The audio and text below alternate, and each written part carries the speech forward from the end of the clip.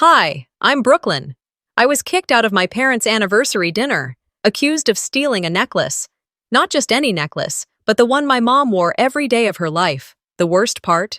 Years later, they found it. Hidden. Not lost. Hidden. By someone I once called family. And while they smiled in family photos, I became the black sheep, the ghost they blamed, the shame they buried.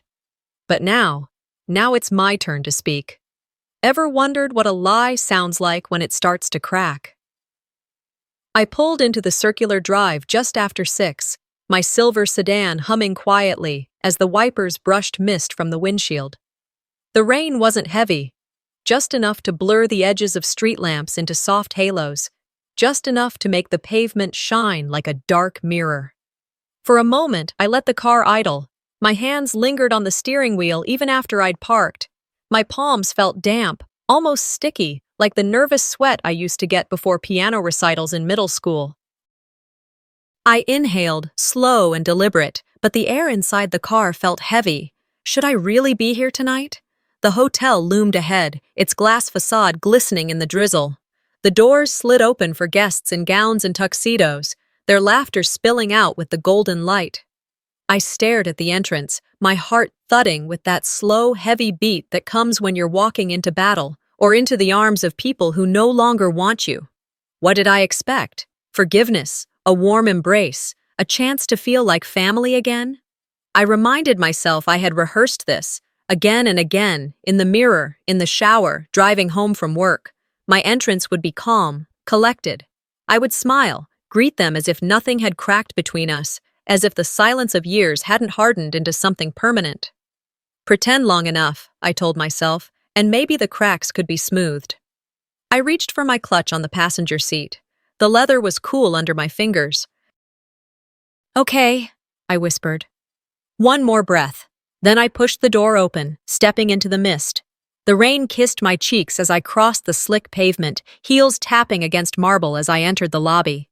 The hotel smelled faintly of orchids, probably the towering arrangements I spotted near the reception desk, and the must of new carpet. I paused, taking in the scene. Inside, the world was warm and buzzing. Laughter floated above the soft strains of live jazz coming from a trio tucked in the corner. Waiters in crisp uniforms weaved between tables, balancing trays of champagne flutes that sparkled like liquid crystal. I wasn't invisible, not entirely. A cousin I barely knew, someone from the Owens side I hadn't seen since high school, tipped his hat as he walked past. "Brooklyn," he murmured, as if saying my name were an obligation, like signing a guest book. His eyes slid away before I could return the greeting. I gave a polite smile anyway, but no warmth reached my chest. At the welcome table, a seating chart was displayed under glass. I scanned for my name, and when I found it, my stomach dropped. There it was, squeezed in at the very bottom, written in smaller font than everyone else's. Overflow table, exit side. The label stung more than the placement, overflow. A word reserved for leftovers, for afterthoughts, for those who don't quite belong but can't be entirely excluded. I was paired next to an aunt I didn't recognize. Her last name barely sparked a memory. I lifted my gaze to the head table, where Vera and Harland, my parents, sat like dignitaries on display. They looked older, more fragile than in my memories, yet their posture remained stiff, composed. My mother's eyes found me for a fleeting second. She managed a tight half-smile, the kind one offers to a stranger at the grocery store. My father's eyes flicked over me once, then he looked away. He did not rise. He did not beckon me closer. No hug, no welcome. Just absence masquerading as composure. I swallowed hard, the sting catching in my throat. From the periphery of the room, I watched the celebration unfold like a play staged for everyone but me. Siblings embraced, cheeks pressed together for photos. The spotlight cast a golden glow on Callista, who looked every inch the favored daughter in her sparkling gown. Toasts were made, each more glowing than the last. Champagne glasses clinked, laughter rang out, and the walls echoed with a warmth that stopped inches from my skin. Behind the dais, a massive screen cycled through a montage of family memories, vacations, weddings, birthdays, faces smiling in sunlit fields, around Christmas trees, at backyard barbecues. My own face appeared occasionally, but never clearly, always blurred in the background, cropped at the edges, or replaced by someone else's smile. The erasure was subtle but deliberate, like a history edited to suit the present. I clapped when everyone else clapped, but my hands felt wooden. No one turned toward me, no one sought my eye. It was as though I occupied a different frequency, present but unheard, unseen. I forced myself to walk toward the gift table. My heart pounded with each step, each beat echoing in my ears. I had rehearsed this too, how I'd place the gift, how I'd smile, how I'd maybe deliver a few words if the moment allowed. But when I reached the table, every rehearsed line evaporated. My throat closed. I placed the small, carefully wrapped box at the far edge of the table, as though I were leaving an offering at an altar. For a moment, I caught Vera's gaze across the room. She blinked rapidly, then looked away. That was all. A fraction of hesitation, a shadow of something human, and then nothing. No acknowledgement, no recognition. The gifts began to be opened later. Each one was unwrapped with squeals of delight, gasps of admiration, bursts of laughter. Callista and Zinnia leaned close, whispering and giggling like teenagers. But mine sat there, untouched, ignored, as though the wrapping paper itself had rendered it invisible. Humiliation prickled across my skin, sharp as needles, my vision blurred. I rose quietly, wiped my palms on my dress, and slipped toward the side exit, the one tucked near the emergency door, away from the chandeliers and cameras. The humid evening air clung to me as I stepped outside. The rain had softened to a drizzle, tapping gently on the pavement like fingers drumming a table. For a moment, I let the cool air hit my face, let it wash away the sting in my eyes. Then the door burst open behind me. A waiter rushed out, nearly colliding with me, his arms spread as if bracing the door against some unseen threat. His voice was high, panicked, urgent. "Missing! Necklace!" he cried. I froze under the amber glow of the exit light.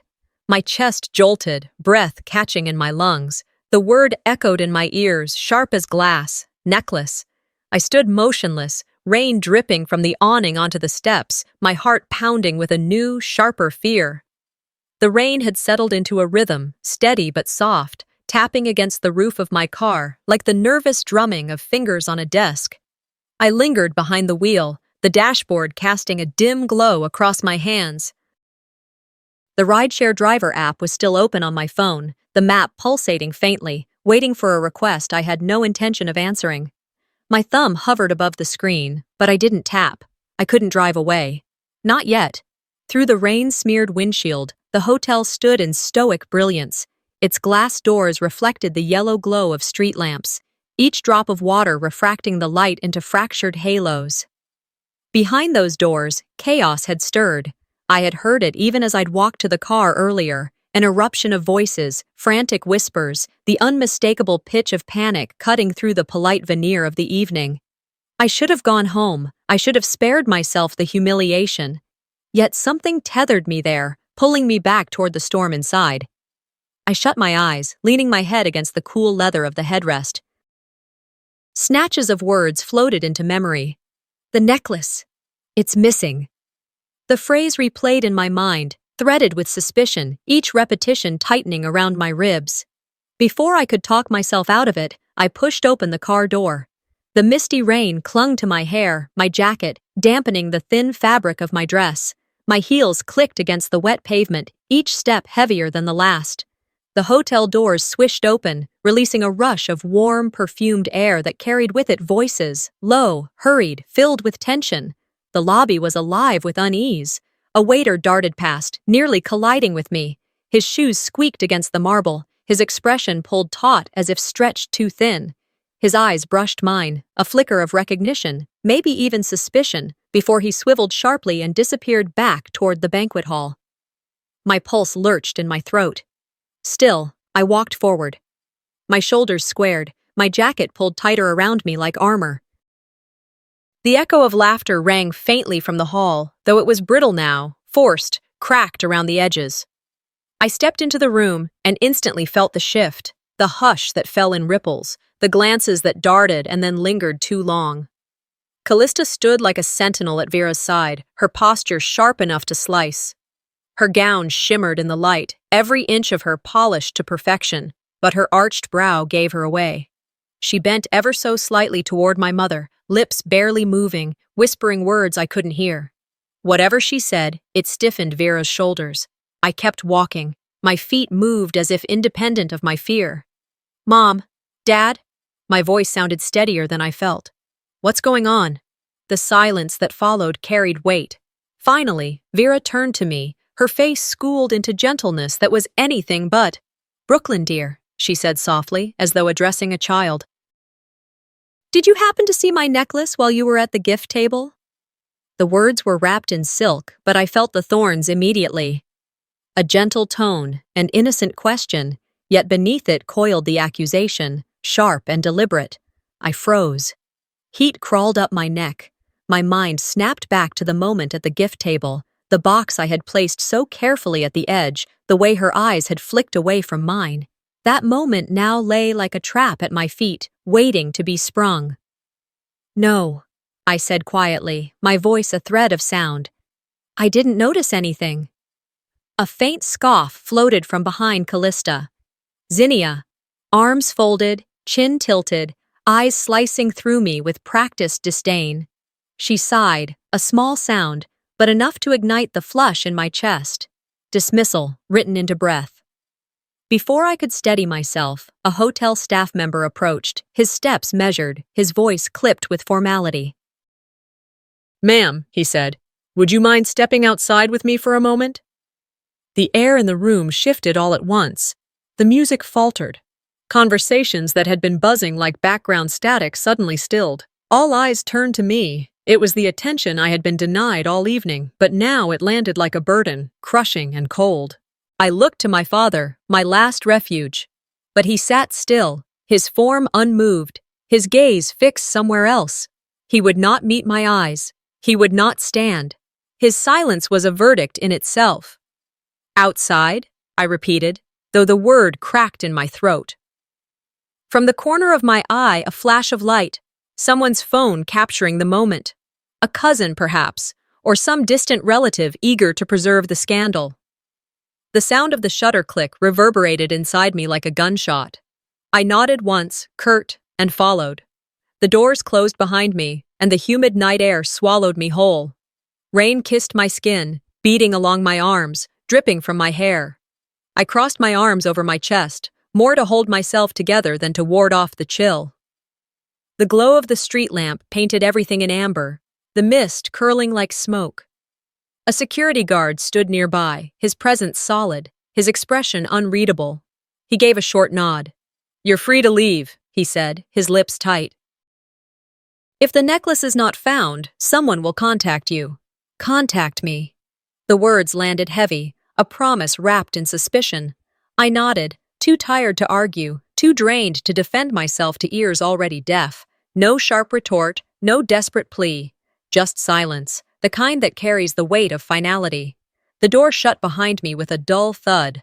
I walked back toward my car, each step slower than the last, my heels splashing faintly against puddles that had gathered along the curb. When I reached the sleek silver frame, I paused, staring at the blurred reflection staring back at me. My face was pale, streaked with water, rain or tears, I couldn't tell. Broken, yes, but not bowed. I slid into the driver's seat, the leather cold against my damp dress. My hands trembled against the steering wheel. I turned the key, the engine hummed, but the road ahead blurred through a veil of tears that came unbidden, hot and unrelenting. "This is the last time," I whispered into the darkness, my voice hoarse, raw. "The last time they get to humiliate me." The rain answered, steady and unyielding, as I pulled away from the place that had tried, once again, to erase me. The car door closed behind me with a muted thud, rain still sliding down the frame in silver rivulets. I lingered there for a moment, my hand gripping the handle as if it were the only thing tethering me to the present. My chest felt hollow, as though my heart had been scooped out and left behind in that banquet hall. Each inhale sounded too loud, echoing in the stillness of the car. When I finally pulled into my driveway, the rain had softened to a drizzle, tapping against the windshield in an erratic lullaby. I sat motionless, my fingers resting on the steering wheel. My reflection stared back faintly from the glass, eyes swollen, lips pale, posture slumped as though the evening had drained the bones from my body. A buzz rattled against the console. My phone lit up with a text. "Are you okay?" The sender's name blurred in my vision. For a second, I thought about answering, typing out some version of truth, or at least the polite lie. "I'm fine." But my thumb hovered over the screen and never pressed. I couldn't summon the energy to explain or pretend. I left the phone face down on the seat and stepped out. The chill hit me first, then the quiet. My heels clicked against wet concrete as I crossed the narrow path to my apartment door. Once inside, I shut the door firmly behind me, leaned against it, and released a breath I felt like I'd been holding for hours. It came out ragged, almost foreign, like a sound from someone else's body. The apartment greeted me with silence. Too much silence. No voices, no laughter, no clinking of glasses, just the faint hum of the refrigerator and the drip of rain against the window. I slipped off my jacket, dropping it across a chair, then fished my phone from my bag. The screen blazed with notifications, too many to process. Instagram alerts stacked on top of Facebook tags, group chat pings, even missed calls. My stomach tightened as I tapped into Instagram. At the very top of my feed was the post I already dreaded. Callista Owens posted an album, Family Forever. I stared at the title, bile rising in my throat. Family Forever. I swallowed hard and opened it. Photo after photo scrolled across my screen. The anniversary party glowed with staged perfection. Tables lined with flowers, crystal glasses raised mid-toast, everyone's smiles frozen in time beneath the warm candlelight. The head table gleamed brightest, my parents poised like royalty at the center. The images looked like magazine spreads, curated for envy and admiration. But as I studied them frame by frame, my stomach knotted. My face was missing, completely. In one shot, I knew I had been seated at the overflow table near the door. Yet the angle blurred that side of the room. In another, I should have been visible, clapping with the crowd, but the photo was cropped just before where I would have stood.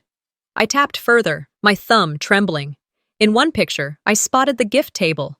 Every package gleamed under soft lighting.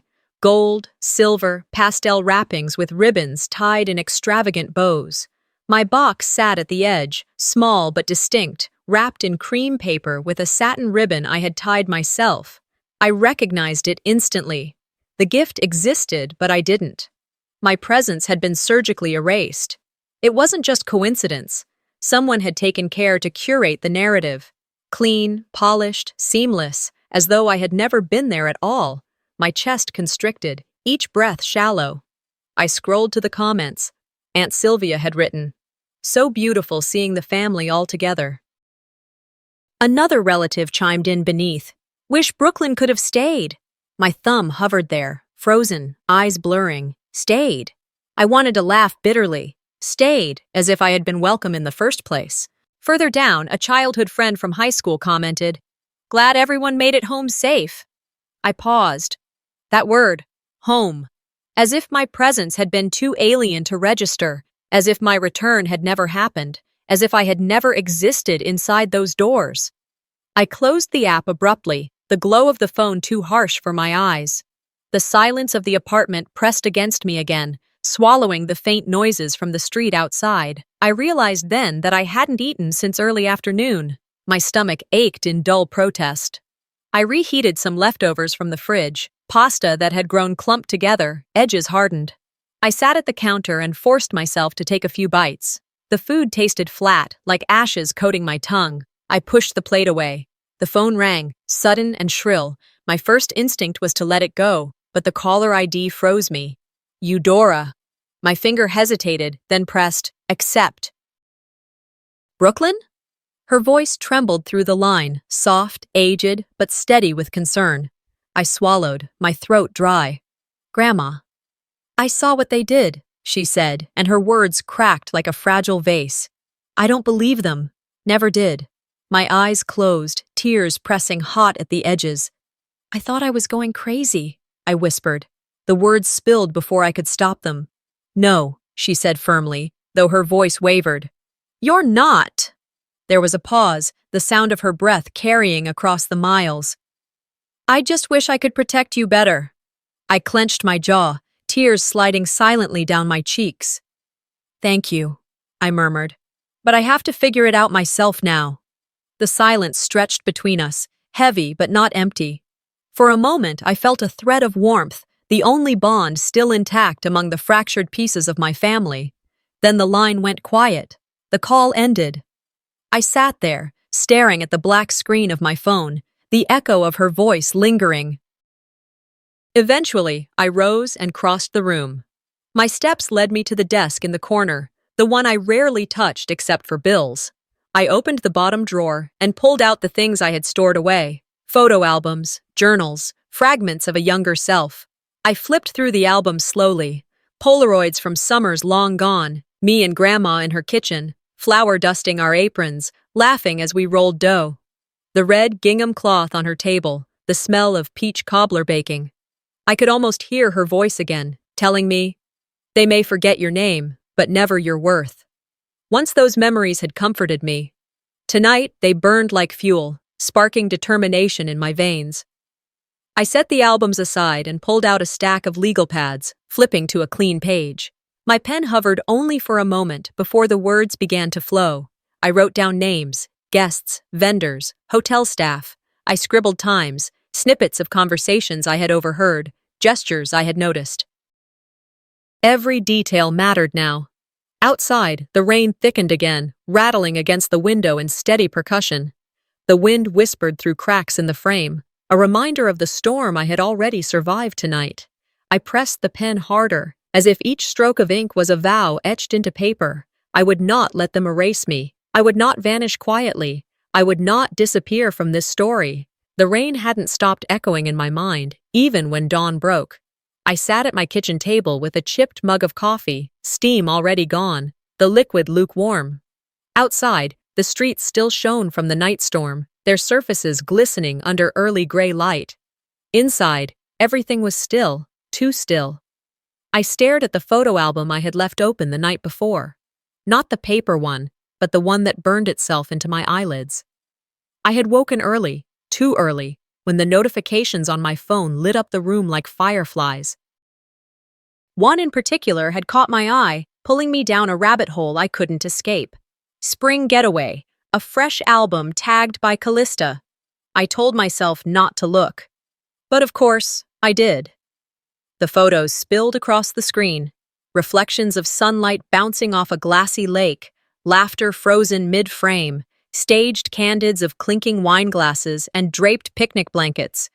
Every smile was curated, every backdrop polished, and then, there it was, one picture lodged itself in my throat like a shard of glass. Callista, near the water, her head tilted just slightly, hair tossed perfectly by the breeze. Around her neck gleamed the necklace. My necklace. The pendant caught the light in that way I knew too well, sharp at the edges, soft at the center. The chain draped across her collarbone with casual ownership. Same design, same delicate twist, same almost invisible flaw in one of the links, a bend only someone who had worn it daily would ever notice. And I had worn it daily. I zoomed in, staring until the pixels blurred. My breath shortened. My heart thumped so hard it echoed in my ears. It was proof I hadn't been imagining things. Proof that the theft, the humiliation, the whispers, they had never been about a missing necklace. They had always been about framing me, erasing me, and they hadn't even bothered to hide it well. I snapped screenshots, every angle. I saved metadata, archived links. Then I shoved the phone aside before I smashed it against the table. My coffee had gone cold, but I drank the rest in 3 bitter gulps anyway, forcing it down like medicine. I stood abruptly, the chair scraping loud against the floor. I went to my closet and pulled out neutral clothes, gray slacks, a cream sweater, nothing bold. Armor disguised as understatement. From my desk, I gathered the tools I would need. The tablet loaded with screenshots, my handwritten journal notes, a flash drive with backups. I whispered to myself, don't beg. Don't plead, present, demand. 1 week later, I drove north. The sky was iron gray, the ground still damp from the spring thaw. The rented lake cottage in upstate New York sat quiet at the end of a gravel lane, surrounded by woods that leaned heavy with moisture. The air was sharp when I stepped out of the car, biting against my cheeks. Harland had called it a reconnect weekend, as if gathering us in a rented home could wash away the fractures, the lies, the accusations. I knew better. It wasn't a reunion.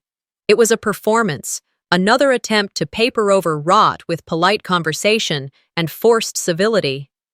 The cottage was large but carried no warmth. The living room opened wide, windows framing the lake beyond, calm on the surface but restless underneath. I stepped inside with my evidence clutched against my chest. They were already there, waiting, arranged like actors ready for a scene. Callista stood near the fireplace, every strand of her hair in place, her chin tilted at just the right angle of superiority. Vera sat in her usual spot, posture stiff, lips drawn thin.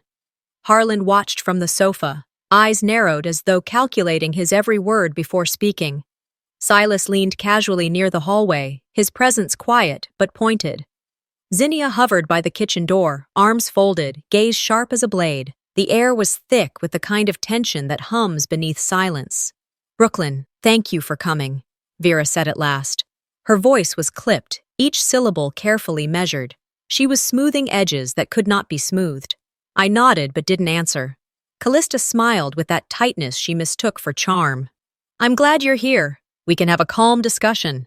She gestured toward the long dining table, as though inviting me to sit like a guest in my own family. But I stayed where I was, rooted in the center of the room, holding my tablet like a shield. "You demanded this meeting," Vera said, her eyes flicking to my hands, her tone a brittle warning. "Let's not dredge up the past." I let the silence sit for a moment before I spoke, my voice steady. "I didn't demand. I asked. And tonight, I need truth." I tapped the tablet awake and lifted it for all to see. The photo glowed in the dim cottage light. Callista at the lake, necklace catching sunlight. My necklace. I flipped to the next screenshot, metadata displayed. Then I unfolded pages of my journal notes. Conversations overheard, timelines recorded. The reaction was immediate. Vera's eyes widened, then flickered quickly toward Callista. Zinnia's smirk faltered. Harland's brow furrowed, the lines on his face deepening. Silence spread, taut as a wire about to snap. "I know it was never lost," I said. My voice rang louder than I expected, filling the room. "I know you posted this on purpose. You did it to humiliate me." Callista tilted her head, lips parting in mock disbelief. "You really think I would steal from Mom?" she asked, her tone light, casual, as if the accusation were laughable, as if we were discussing groceries or weather. But I caught the flicker, the slight stiffening in her jaw, the quick movement of Vera's fingers, darting unconsciously toward the necklace she wore now, then pulling back as though burned. Harland cleared his throat, his voice low but firm. "Let's move on. We all want peace." I stepped forward, my shoes crunching softly against the cottage rug. Peace comes after confession. The room bristled. Callista's arms crossed tight against her chest. Zinnia shifted uneasily near the kitchen. Silas's eyes darted, calculating. I lowered my voice, deliberate, final. "If you're not ready to tell the truth, then I will, publicly." My words settled over them like a storm cloud. I let the silence stretch, giving them the chance to speak, to admit, to do something. But no one moved. So I turned. I walked toward the door, the wood floor creaking under my steps. Behind me, the room remained frozen, the silence more deafening than any outburst could have been. Outside, the lake stretched wide, its surface calm, glass-like. But I knew what lay beneath. Currents, unseen and powerful, waiting for the right moment to rise. And in that reflection, I found my resolve mirrored back at me. I would not be erased again. I left the lake house behind as dusk fell heavy over the trees. The cottage lights shrank in my rearview mirror until they were just a faint blur against the horizon. My car ate up the miles of winding road, pine needles flattened by rain that slicked across the pavement like a dark ribbon. My wipers squeaked in steady rhythm, but they couldn't clear the fog creeping along the edges of the windshield. The folder on the passenger seat lay swollen with printouts and screenshots, notes scribbled in my hurried hand, accusations not yet sharpened into conclusions. My eyes stung from exhaustion, from holding back words in that suffocating living room. Every nerve hummed with the memory of Callista's smirk, Vera's cool dismissal, Harlan's demand for peace. By the time I pulled into my apartment complex, the sky had gone nearly black, rain still whispering against the roof of the car. I unlocked my door with trembling fingers and stepped inside. The familiar creak of the hinge met me like a sigh. I leaned against the door once it shut, pressing my palm to the wood as though I needed the reassurance of something solid holding me up. My heart pounded too loudly in the quiet, and my thoughts spun in jagged loops. They think I'm quiet, I thought bitterly. They don't know what quiet costs. Quiet had been my life for years, swallowing resentment, smothering rage, giving until I was hollow. I dropped my bag, collapsed onto the sofa, and reached for the journal I kept tucked under the cushion. The worn cover opened like a wound, pages lined with the handwriting of a younger version of me. Hopeful, desperate, endlessly forgiving. I read my 20s in black ink, notes about quitting graduate school when Vera's chemo bills spiraled and I took the night shifts to keep us afloat. An entry about Silas, the night he wrapped his car around a stop sign and I drained my savings account to bail him out. Another about Callista's wedding, how I gave up a hard-earned bonus so she wouldn't lose the deposit on her dream venue. Line after line, I just want our family to survive. My chest tightened. What I had once written as devotion now read like evidence of a pattern, sacrifices taken for granted, loyalty twisted into silence. At some point, I must have dozed because the next sound startled me awake, a knock at my door. The sky outside was still dark, dawn just brushing the edges of the horizon. I rubbed at my eyes, shuffled across the living room, and opened the door. Zinnia stood there, a wool coat wrapped around her like armor, gloves clutched in one hand. Her expression was cautious, almost fragile. She wasn't smirking, not this time. "Brooklyn," she said softly, voice carrying hesitation. "Can we talk?" I studied her for a beat, torn between slamming the door and stepping aside. In the end, curiosity won. I nodded once. We walked down the street in silence, our footsteps echoing on wet pavement, until we slipped into the corner cafe that opened early for commuters. The air smelled of cinnamon and espresso, warm against the bite of the morning wind. We took a booth near the window, the glass still fogged from the damp night. Zinnia ordered chai tea. I stuck with plain black coffee, my hands wrapping around the mug for steadiness more than warmth. She folded her hands tightly on the table as though holding something in place. "It's just," she began, staring into the steam rising from her cup. "Callista landed a big campaign, a national one. All this drama, it doesn't help. It hurts the brand more than anything else." Her words sank in slowly. I frowned. "Brand?"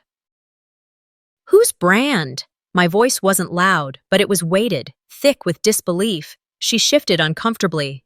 "The family image. Your face being tied to scandal. It damages everything your mother has worked to build." The words struck sharp, almost laughable in their cruelty. I leaned forward, elbows on the table, eyes locked on hers. "So what you're saying," I said carefully, "is that I should bury the truth to protect a reputation?" Zinnia's fingers traced the rim of her mug, avoiding my gaze. "I'm saying some truths don't need to be exposed. Some skeletons should stay buried if dragging them out ruins more than they save." Her tone was polite, almost reasonable, but beneath it hummed the clear warning. A threat dressed in silk. Anger burned low in my stomach, steady and hot. "The only thing I've buried," I said, voice low but certain, "is my voice. And I'm not doing that anymore." She opened her mouth, searching for a response, but no words came. For the first time, her composure faltered. The early light spilling through the cafe window caught the faint tremor in her face. She stood abruptly, tugged on her gloves. "I hope you know what you're doing." Her tone was clipped now, stripped of softness. She didn't look back as she walked out into the gray dawn. I sat in the booth long after she left, the untouched dregs of my coffee growing cold. My hands trembled, not with fear, but with the aftershock of finally speaking truth aloud. When I stepped back outside, the air had sharpened, rain spattering lightly on the sidewalk. The city was waking up, delivery trucks growling, pedestrians hurrying with umbrellas. I walked home with my resolve solidifying inside me like steel.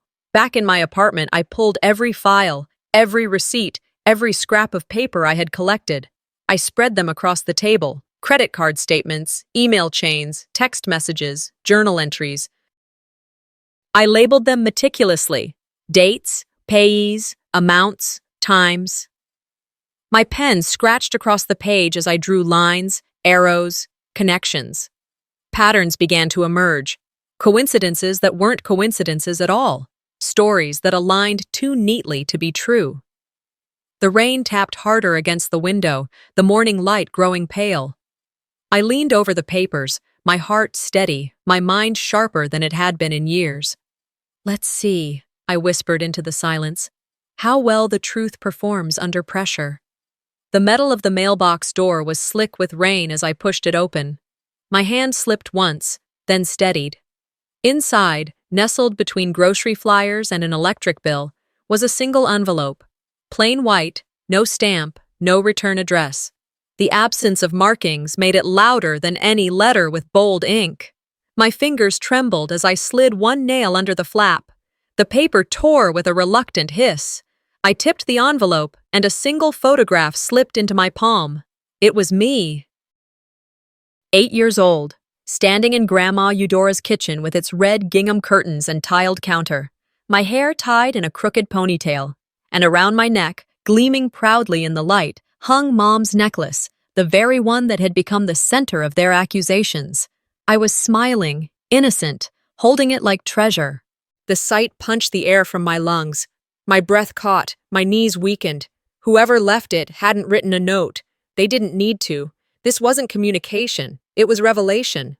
They had sent me a memory, plucked from the past like evidence preserved in amber. I carried the photo into my apartment as though it were fragile, glass about to crack. I placed it carefully on the coffee table beside my laptop. The dim lamp overhead flickered once before steadying, but the room already felt colder, as if the photograph itself had drained warmth from the air. I sank into the sofa, staring at it, the weight of history pressing through glossy paper. It wasn't just nostalgia, it was proof, another stone in the wall I had been building night after night. I thought of the hours I had spent hunched over journal entries, piecing together timelines, cross-referencing receipts, stitching truth from scraps. Silent hours that stretched into dawn. Whispers to myself in the dark. The night before, I had told the empty room, "Let's see how well the truth performs under pressure." That whisper felt louder now, echoing through the silence like a vow. I pulled the laptop toward me and powered it on. The screen's glow painted my face blue in the dimness. My fingers moved automatically, muscle memory guiding me to the bookmarked page, the Vera Harland Legacy Fund website. The banner unfurled at the top, smiling faces of my parents in gala gowns, the words, 40 years of family, 40 years of giving, emblazoned across in gold serif. I scrolled down, stomach tight. There it was, the donor list, the board members, names stacked neatly, accolades attached. But mine? My name was nowhere. Once, I had been listed there.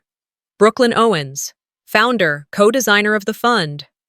Proof of my work, my sweat, my long nights drafting proposals while everyone else slept. I refreshed, hoping it was an error, but the page remained the same. In my place, Callista Owens, inaugural director. My throat closed, my hands curled into fists. They hadn't just denied me recognition, they had erased me altogether, as though I had never existed in their narrative. I shoved the laptop back and reached for the manila folder on the shelf. Its tab, written in my careful hand, read, Family Fund, Drafts. Dust clung to the edges. I flipped it open, fingers brushing across the creased documents inside. Budget outlines annotated with my handwriting, margins crowded with notes in blue ink. Original proposals bearing my signature, loops distinctive and confident, undeniable as a fingerprint. An email chain from 6 years ago, my name in the subject line. Draft for proposal submission. I held one of the pages close, staring at the ink until my vision blurred. Paper, I thought. Paper never forgets. They could twist stories, spread whispers, call me a thief, but paper held memory more faithfully than blood ever had. A sharp ping broke my focus. My phone buzzed on the table. I glanced at the screen. A direct message. Sender. Ione. My pulse stuttered. I tapped it open. "I'm sorry," the first line read. "I knew it wasn't you. I just didn't want to get involved." My chest tightened. I scrolled further. "I saw Callista leave the banquet early that night," she wrote. "She had something sparkly tucked in her purse. I should have said something." The words blurred, not from disbelief, but from the sudden weight of vindication.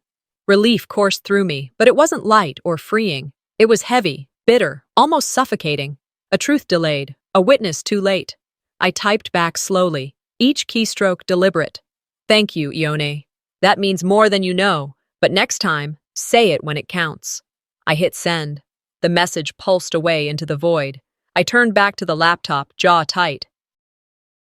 I opened Google Drive, created a new folder, and named it in bold caps, Truth Folder, Publication if necessary. Inside, I began uploading every file, the scanned proposals, the annotated budgets, the email threads, the screenshots, the journal entries. Piece by piece, I built a fortress of evidence in the cloud. Then I copied everything again onto the flash drive and backed it up. I didn't trust deletions. I didn't trust the dark. The clock crept past midnight. My apartment hummed with the quiet tick of the wall clock, each second carving into my resolve. I stood at last, stretching stiff legs. The envelope still lay open on the table, its photograph watching me. A child version of myself clutching the necklace that now caused so much fracture. I brushed my fingers across the glossy surface one last time. Outside the window, rain still traced halos against the streetlight. The storm rolled on, years later, refusing to fade. A bolt of lightning cracked the horizon, illuminating the clouds like fire tearing open the sky.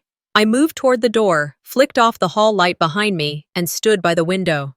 My reflection was faint, almost ghostly, superimposed against the rain-streaked glass. I whispered into the storm, not as a plea, but as a vow. "You erased me once. You won't erase me again."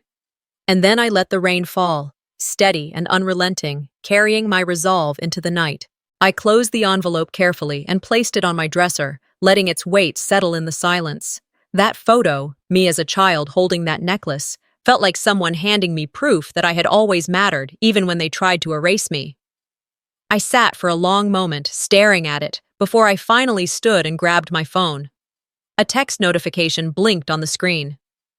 "Hey, are you okay?" It was from a coworker, someone I barely know well. My pulse quickened. Before I could reply, I opened my browser. A new Reddit thread glowed on the screen. Exposed. Woman accused of stealing from parents still harassing family. Screenshots, threads, comments. Some benign, some venomous. One headline, "She's obsessed." Another, "Family in distress." In one manipulated image, I seemed to loom between Vera and Callista, eyes blazing.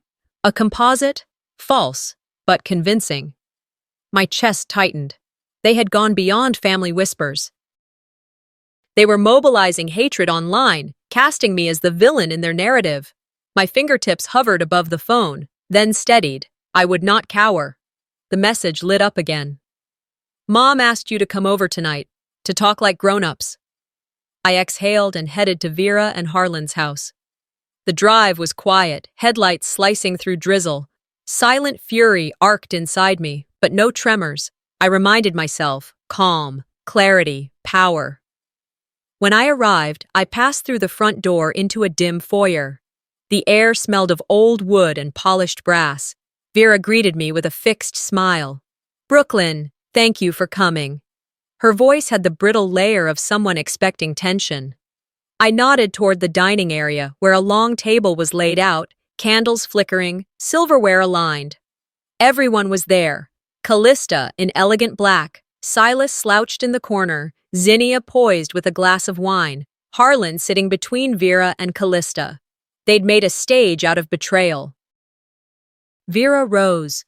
Please, let's have this like adults, no more drama. I heard the final bell ring in my chest. I took my place at the table. I placed my phone face down in front of me, recording. A red light blinked faintly, ensuring no words would vanish. I unclipped the folder I carried and placed it on the table. Documents slid out. Scholarship proposals, journal entries, screenshots of the photo, Ione's confession messages. I watched faces flicker. Callista's eyes narrowed.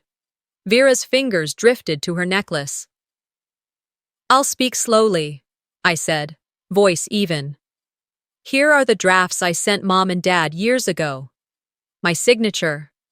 My vision. Then screenshots of the family's recent vacation post. See Callista wearing the identical necklace. I paused to let the silence stretch. Eyes burned, air stilled. Callista swallowed. You're twisting this, she said sharply, voice tight. You've always loved drama. I raised an eyebrow. You've loved narratives more. But this isn't fiction. I slid over the image of the necklace and the metadata. This was never lost. It was hidden in plain sight. Harlan cleared his throat. You're making serious accusations. His voice echoed something neutral, but uncertain. I leaned forward. You forced me out under a lie. You erased my legacy from the fund. You justified your narrative for years. I opened the messaging thread from Ione. Here's my friend admitting she knew the truth but stayed silent. I let that hang. Callista's hand snapped forward. Why do you keep rewriting history? She spat. You're not even part of this family anymore. Her words were sharp. My skin prickled, but I didn't respond immediately. I lifted my phone. Camera lens pointed toward Vera, Callista, Harlan. The red recording dot glowed. Look, I said quietly, this conversation is being recorded, not because I want revenge, because I need truth. Silence. Chairs shifted. Tears threatened Vera's composure. In that room where I'd been silenced, scorned, erased, I held space for my voice. I let the documents speak. I didn't shout. I didn't beg. I simply held my ground. After what felt like eternity, I slid my chair back. I gathered my folder. Without a backwards glance, I walked out into the storm's hush. Rain had found the windows. Thunder grumbled distant approval. In the car, I sat. The recording flashed on my phone, ready to upload. My fingers trembled, not from fear, but from the weight of truth distilled. Morning light cut through the blinds as I sat upright, heart full of urgency and clarity. The envelope photo from last night lay face up on the nightstand beside me, a silent reminder of who I had always been. I picked up my phone, hands steady. It had been hours since I took that recording. My internal voice whispered, "This moment is now." I scrolled past dozens of unread messages and notifications. My thumb hovered over the upload button. My lips parted slightly. This isn't revenge. It's record-keeping, I murmured under my breath. Then I tapped. As the video went live, 12 minutes, time-stamped, narrated with calm conviction, my breath felt lighter than it had in years. Within minutes, the notifications exploded. Comments poured in. Finally heard the truth. You deserved this. We were rooting for you all along. Strangers sent hearts. Cousins posted subtle tags. A distant family member reshared the link with "About Time" in the caption. I watched screen by screen as the fallout rippled. My phone chimed with messages I'd longed to receive, and some I never wanted at all. Then Vera's name flashed with a voicemail. I tapped it open. You've embarrassed this family, Brooklyn. Her voice cracked halfway through. I swallowed. Callista followed with an Instagram story lined in pale white text. Sometimes people need to stay in the past. Silent but sharp. Harlan's text came minutes later. You did it! Just 3 words. My chest pounded. The family I tried so hard to prove myself to was unraveling, responding as if the truth was betrayal. A moment later, my email pinged. It was from a local news desk. Would you speak about family estrangement, a feature on Invisible Daughters? I stared at the screen, hesitated, then typed, yes, but I want final edit rights. I closed my eyes, envisioning the ripple that video would send. This wasn't about being heard, it was about no longer being erased. I replayed the last minute of the confession. I listened not to their voices, but to mine. Steady, unwavering, my own words, my own authority. For the first time in years, it wasn't shaky. It led me. A soft curve formed at the corners of my lips. The morning air was soft and cool when I drove into Grandma Eudora's driveway. The house, tucked behind flowering dogwoods and a white picket fence, looked smaller, kinder, a refuge from all the storms. I hadn't expected anything dramatic today, just a moment of quiet, a space to breathe. I kneeled beside a swing on her front porch, set down the old wooden box that held the photo and the necklace, and settled next to her. We shared glasses of iced sweet tea, the kind she always made in summer. The cicadas were quiet now, but the breeze carried their memory across the yard. A few children played across the street. One of them looked my way and waved. They had heard rumors. One asked, "Are you that lady from the internet?" I forced a smile and nodded, wondering how small moments become giant headlines. I didn't respond, just nodded. Grandma sighed. You have more courage than most give you credit for. Her words, simple, felt like landing in a soft place after years of trying not to break. Over the past 3 months, ripples from that video have reshaped more than I expected. Vera has gone silent, calls unanswered. Callista quietly stepped away from her PR firm, citing mental health reasons. Zinnia moved cross-country. I heard nothing. The silence of their absence spoke more than any argument could. I opened the wooden box. Inside, nestled in dark velvet, lay a twin to Vera's necklace. Grandma's hands trembled slightly as she lifted it out. She turned to me and said, I bought 2 in New Orleans the day before your mom and I married. I meant to keep one, give one, but your mother always wore hers. I tucked yours away when you were born, but never forgot. My throat caught. All the years I wondered if I was ever chosen, if I ever mattered. This was the answer. She placed the chain in my palm. It was lighter, warmer. I clasped it around my neck. The weight was gentle, familiar. A cool wind stirred the front stoop. I faced her and said, Thank you.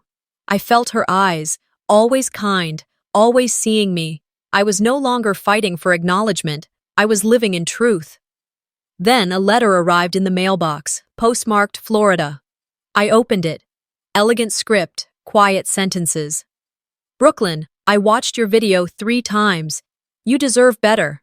I didn't have the courage then, but maybe now I do. Silas. I traced the words with my fingertip, surprised by the warmth that bloomed in me. Not all bridges had collapsed. Some merely waited for repair. Later that afternoon, I drafted a final blog post, The Cost of Being Quiet. I uploaded it under my name, published it, and shut the laptop. An hour later, I got an invitation to speak at a support group for estranged daughters. My hope wasn't to be lauded. It was to be useful. The words I had withheld could give someone else strength. The porch light dwindled into dusk as Grandma and I sat side by side. I looked into the aged mirror she kept near the garden door. The reflection was my face, steady, resolved. I touched the necklace over my heart. In a whisper, I said, They erased me from the album, but not from the story. Sometimes the people who claim to love us the most are the very ones who try to rewrite our story, to silence us, erase us, or break us. But the truth, once spoken, has a power of its own. Brooklyn's journey isn't just about family betrayal. It's about reclaiming voice, memory, and worth. Have you ever been forced to stay quiet for the sake of keeping the peace? What would happen if you finally spoke up? If this story struck a chord, Don't forget to subscribe to the channel. More raw, real stories like this are on the way.